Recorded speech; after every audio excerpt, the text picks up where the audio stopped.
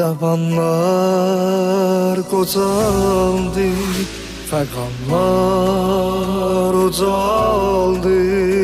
İmam-ı zaman gel, gözüm yolda qaldı. Keçib illər, aylar, həftələr, günlər. Gəl ey ilahi rəhbərim gəl. Bütün aşıqlar zuhurlu gözlər. Gəl ey pənahim sərvərim gəl. 12-ci imamim gəl. Dünyanı al bu zülmətdə.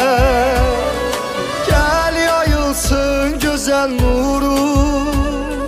Gəl danış sən ədalətdən. Ya Mehdi canımız sənə qurban. Gəl eylə qəmli qəlbimə dərman. Aşıqlar ayrılıqda qocaldı. Hicranım aldı canımı hicran. Hicranım aldı canımı hicran. Bu dünyanın sahibi sensen.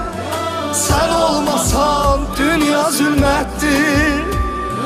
Sen olmasan qəmlidir gözlər. Zuhurun əsri cənnətdir. Zuhurun əsri cənnətdir.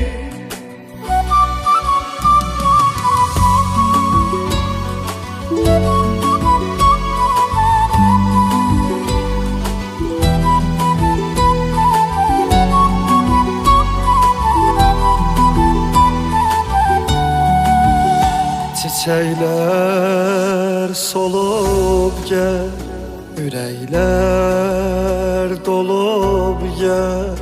Gözümdən axan yaş dönüb qan olub gel. Adım əzbərdir dilimdə ya Mehdi. Ey şəhriyarim biqərarə. Uşaqlıqdan səslirəm səni Mevla. Gəl ey nigarim intizarim. Kəbədən gəl zuhur eylə. Gəl ayılsın bu vicdanlar. Səslə mən Hüccətullahə. Hak yolun tapsın insanlar. Peygamber vədə verdi ki bir gün neslimden bir nefer gələcəkdir. Mehdidir adı əsrin imamı. Məzlumun göz yaşın siləcəkdir. Məzlumun göz yaşın siləcəkdir. Bu dünyanın sahibi sensen. Sen olmasan dünya zulmettir.